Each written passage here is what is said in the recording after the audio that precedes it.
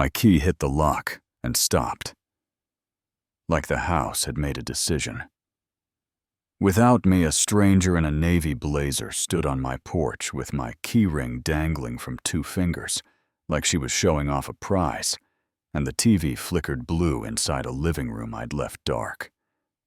So yeah, that happened.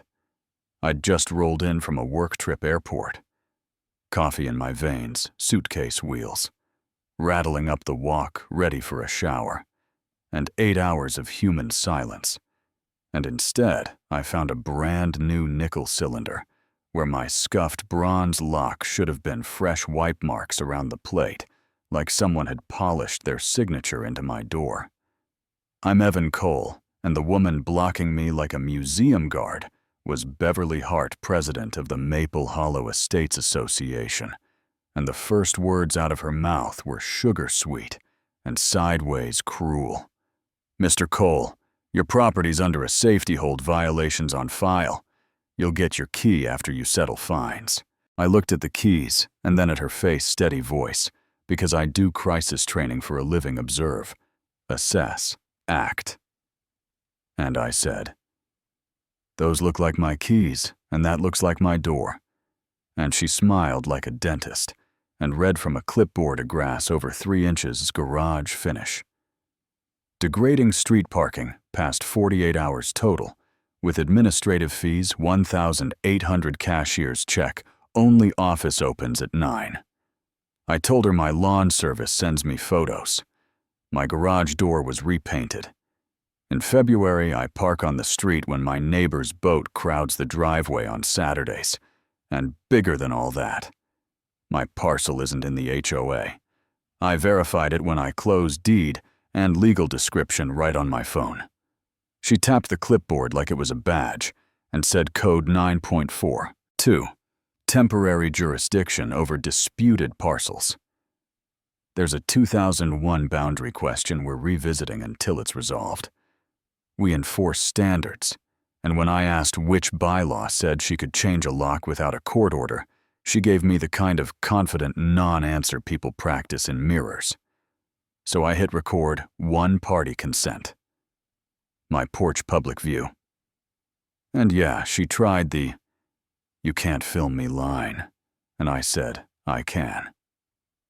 When you're on my property. Then I called 911. Careful words. "I'm the homeowner. New lock, unknown party is holding my keys. Lights on inside. That shouldn't be possible. Unlawful entry." Sycamore Way woke up. Blinds tilted, a neighbor in gym shorts, pretending to check the weather sprinklers ticking. And then that wash of red and blue gliding over driveways. Officers Molina and Keegan, stepping out, calm and practiced hands, open near their belts. No heat in their voices, just the kind of authority that has nothing to prove. They checked our IDs, body cams active.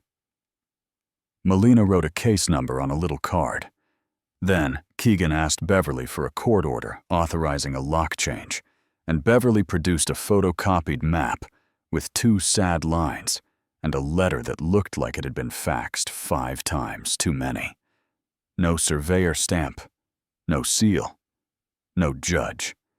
And Keegan didn't even blink when she said, "This isn't an official document." Beverly tried the move everyone tries when they're wrong. Our attorney advised us, and Molina cut through it. HOA bylaws don't override state law. Even if this house were in your association, you don't change a lock without consent or a court order. "Do you have one?" And when she stalled, he pointed at the ring in her hand and said, "Are those his keys?" And when she said secured by the association, he said, "So you have them. Hand them over." The metal was warm in my palm, my shallow notch from a driveway drop. Still there, and the second those keys left her hand. The room in my chest opened a little, then closed again, when she refused to step off my porch chin high. "You can't make me. This is HOA business." And Keegan's hand hovered near her cuffs, and the neighbor with the phone whispered, "Is that Beverly from the board?" And you could feel the street decide which story it believed. Beverly finally spun off with a threat into her phone. Someone named Kurt and a folder, and the officers told me to photograph everything. Before I touched it, pull camera footage. Back it up twice, call with any damage. And when I walked in, my house felt misaligned. Not torn apart, just wrong. The remote on the couch arm instead of the table, the file cabinet drawers open by an inch. The fridge not latched, the little fire safe nudged and dragged just enough to leave parallel tracks in the carpet. I'm boring in ways that save you later, so I shot wide angles from corners and tight ones of details, then opened my Wise Cam app. Timeline, green, 2:06 p.m., lit up, and there they were. Beverly in that blazer, and a guy in a polo with a little roofline and leaf logo, moving like they'd rehearsed him flipping folders. Her holding my documents to her phone, him trying my laptop password until the lockout warning popped both of them under the camera, like the sky. Then at 2:27 p.m., Beverly pressing a printed notice against the inside of my front door, whoopee across it, like she needed her own paper trail more than oxygen. And out they went at 2:39 p.m. 33 minutes of ownership cosplay. I recorded my screen, exported the clip, emailed it to the case number, and to myself. Backed it up twice because once is how you lose things, and tried to drink water like it would wash the anger out. Morning brought Ruth from next door with a hot casserole and a history lesson. She did this last year.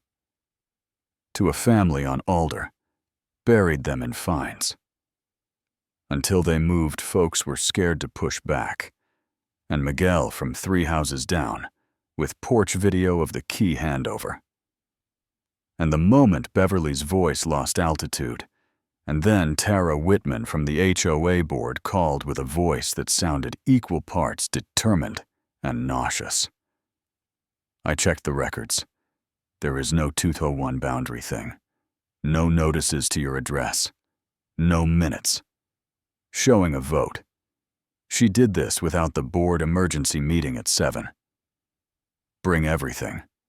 The rec hall by the geese-filled pond smelled like chlorine and last summer's hot dogs. Folding chairs facing a plastic table with a squealing mic, and by 10 to 7, the room was full of people whose faces said they were either there for truth or for sport. And sometimes those are cousins. Tara called it to order.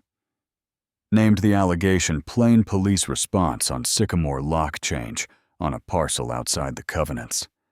And Beverly stood up mid-sentence in that practice tone people use when they've survived on momentum. There's a long-standing boundary question.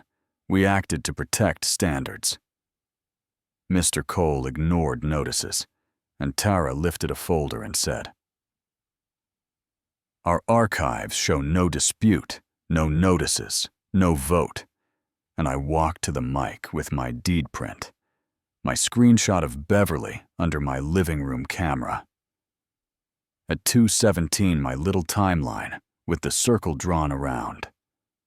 2:06 p.m., and I kept it short because short lands better than loud. This is my parcel outside your line. This is your president and a contractor in my house for 33 minutes. Someone in row 2 said, "Look at the timestamp." And Beverly tried a new angle. He's cherry-picking. He's weaponizing the police against a woman doing her job. And if you've ever watched a room tilt, you know the feeling when it stops tilting for the person who's always held the floor. Tara asked if anyone else had been fined or threatened, and hands went up like a storm front. A truck in a driveway during a surgery. Recovery, a flag the wrong size. A mailbox black. That wasn't the right black, chalk on a sidewalk. Charged as an appearance fee, and the stories stacked until silence did the math. And it didn't like the answer, Tara said. clear as a few good words can be. Motion to suspend President Beverly Hart. Effective immediately pending an independent audit and legal review. 2 board members raised hands, like they'd been waiting months, maybe years. Motion carries, and Beverly's chair legs screamed against the floor as she stood. This is unlawful. This is defamation. My attorney will file. And her attorney tugged his tie like he wanted to be a lamp. And Tara didn't raise her voice. Keys and records to the office by 10 a.m. You no longer have authority to act for Maple Hollow Estates. And for half a second, Beverly's face went blank. Which is what happens when a trick you've lived on forgets how to work. People think justice sounds like a drum line and confetti, but at 7:43 p.m., in a rec hall by a pond, it sounds like air returning to a room, like the soft click of a lock.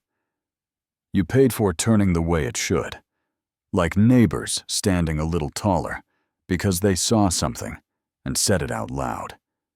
The twist for me wasn't just the footage.